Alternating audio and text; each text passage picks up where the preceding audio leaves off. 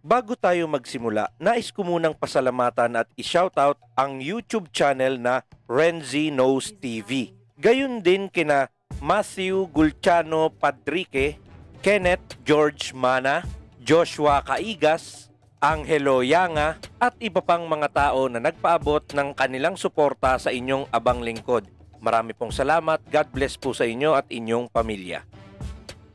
So sa video na to, pagtutuunan natin ng pansin ang isa sa mga theory na 7 taon na ang tanda. Ito ay theory na binuo ni alias Gobi 129 at ang pinakabuod nito, si Monkey D. Dragon daw ay isang admiral o miyembro ng Marines. So sa video na to, i-explore natin yung posibilidad na yan. Titignan natin kung ano yung butas ng theory at ano nga ba yung pwede nating maidagdag kung sakali. Pero bago muna yan, kung gusto nyo ng mga usapang anime, nasa tamang landas po kayo. Pwede nyong isubscribe ang ating channel, i-hit nyo na rin yung bell para updated kayo sa mga bagong video natin. Meron nga pala tayong mga social media accounts, i-follow nyo lang ako doon. Nasa description box natin ang mga link. Balik na tayo sa discussion. So si Oda Sensei nga daw ay mahilig gumamit ng mga alamat, mito, pabula sa mga storyline ng One Piece. Ginagamit niyang reference ito, halimbawa, yung Elbaf, Land of the Giants. Pag binaliktad mo yung Elbaf, fable ang makukuha mong salita o sa Tagalog ay pabula. Ngayon, sa Chinese mythology, meron daw 4 na karagatan, kumakatawan sa 4 na direksyon, 4 na kulay, at 4 na maalamat na hayop. Sa Hilaga, merong dilaw na unggoy. Sa Timog, merong asul na ibon. Sa Kanluran, merong pulang aso. At sa Silangan naman ay puting dragon. So yan, madali nyo namang mahahalata kung anong hayop yung nagre-represent sa kung sino mang admiral. Ngayon naman, ang alamat na naging basihan nito ay tungkol sa isang hari na mayroong 4 na matapat na alagad. Yung una ay mayroong anyong ibon, pangalawa ay mayroong anyong unggoy, pangatlo ay mayroong anyong aso, at panghuli ay mayroong anyo na pheasant na ibon.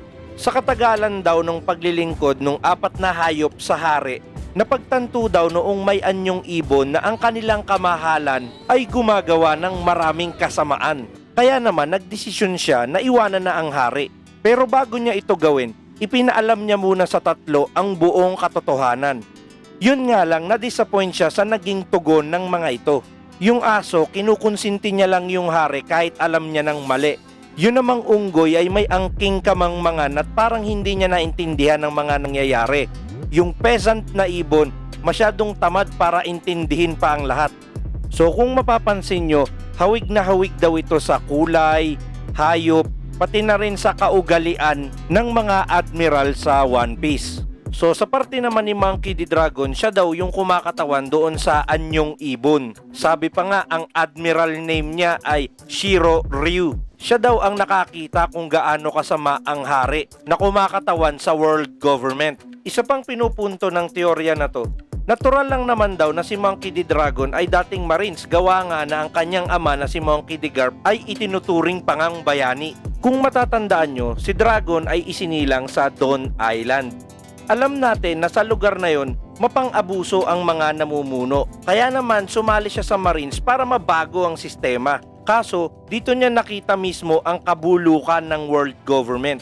So, eventually, tumiwalag siya sa Marines, nagtayo ng Revolutionary Army at itinuon ang kanyang dedikasyon sa layuning mapabagsak ang world government. Dagdag pa ng theory na to, hindi raw siya naniniwala na ang asawa ni Garp o kaya naman ang nanay ni Luffy ang nag-trigger kung bakit siya humiwalay sa mga Marines. Ito ay sa simpleng dahilan na ang One Piece ay hindi raw romance story. Sadya lang daw talagang masama ang world government kaya niya nagawang labanan ito. So dyan nagtatapos yung teorya, pero meron pa silang dinagdag na detalye gaya ng ang Baltigo na siyang himpilan ng Revolutionary Army ay nakatungtong kung saan maputi ang lupa. Tandaan nyo, ang admiral name daw ni Monkey D. Dragon ay Shiro Ryu. Ang translation nun ay White Dragon. Isa pa, si Monkey D. Dragon din daw ang ancient weapon Uranus dahil sa kakayahan nito na mabago ang takbo ng panahon. Isa raw ito sa mga devil fruit na may kakayahang sirain ng buong mundo at naiintindihan ng world government ang banta ni Monkey D. Dragon dahil daw sa kanyang mga ipinamalas noong siya ay admiral pa.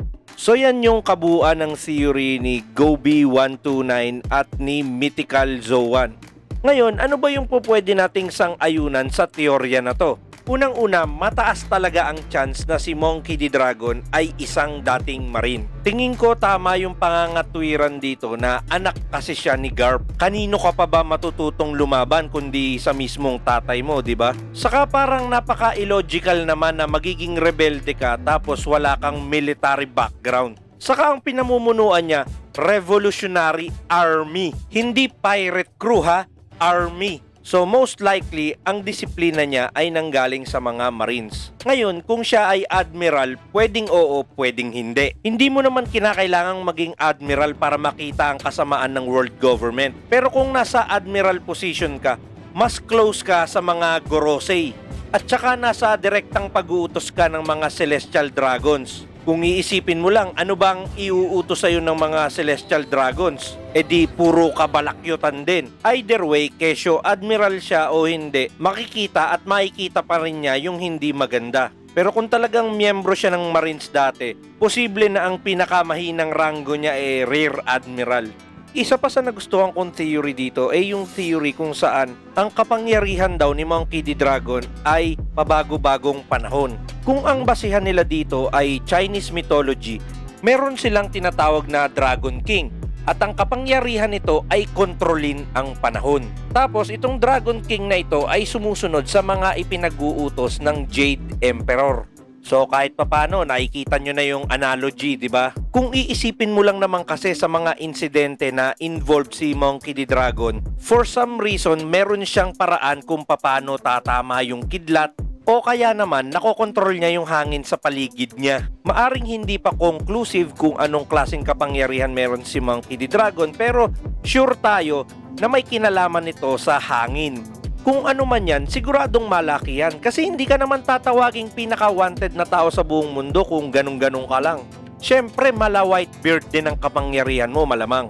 Ngayon naman, punta tayo sa parte ng theory na hindi ko sinang-ayunan. Puntahan natin yung Chinese mythology na sinasabi niya. Hindi ko alam kung tanga-tanga lang ako maghanap o anuman, pero yung naging basehan niya na Chinese mythology hindi ko nakita. Instead, ang lumalabas sa akin ay yung Dragon King of the Four Seas. Nandoon naman yung mga corresponding na kulay pero hindi sila aso, unggoy o pheasant bird. Puro dragon lang talaga. Meron pang isa yung four mythical beast. Pulang phoenix, asul na dragon, puting tigre, at itim na pagong. So talagang hindi ko makita kung saang mitolohiya pinaghahanap nitong si Gobi129 yung teorya niya. Ang alam ko kasi, ang naging basehan ng mga unang admirals na alam natin ay yung kwento tungkol kay Momotaro. Nandoon talaga yung red dog, yellow monkey at saka yung blue pheasant bird. At saka sa Japan yun kinuha. I-type nyo lang sa Google, Legend of Momotaro, lalabas na yon. Isa pa sa hindi ako sang-ayon sa teorya na to ay yung walang kinalaman yung nanay ni Luffy sa mga ikinikilos ni Monkey D. Dragon. Para kasing hindi ko mapaniwalaan na si Monkey D. Dragon ay walang personal na pakay kung bakit niya gustong pabagsakin ng world government. Karamihan kasi sa mga naging revolusyonaryo, kung kayo magbabasa-basa kayo ng kasaysayan, kadalasan merong nangyari sa mga mahal nila sa buhay kaya sila nagsimula ng isang pag-aaklas. Ngayon, kung ano ang nangyari sa nanay ni Luffy, sigurado ako nabibigyan niya ni Oda Sensei ng magandang backstory. Meron pa nga akong naririnig na yun daw ay si Im-sama. Napakalabong theory nun at sa totoo lang mas madali para kay Oda Sensei na gumawa na lang ng bagong karakter. So yan ha, bago tayo magtapos, lilinawin ko lang na sang-ayon ako na si Monkey D. Dragon ay isang dating Marines. Marami kasing indikasyon na totoo yun. Ang hindi ko lang sinang-ayunan ay yung basehan ng theory. Saka dinagdagan na rin natin na sang-ayon sa Chinese mythology, meron tinatawag na Dragon King na kayang kontrolin ang panahon. Yan. So nagustuhan nyo ba tong video na to? Kung nagustuhan nyo ay share the happiness, share this video. Kung meron kayong reaksyon, pindutin lang ang like button at mag-comment na sa baba. Babasahin ko lahat yan. Sa mga hindi pa nakakakilala sa akin, ako nga pala si Kuya Utoy na nagsasabing Palagi tayong manood ng anime, palaganapin natin ang anime culture, manood ng One Piece. Hanggang sa muli, paalam!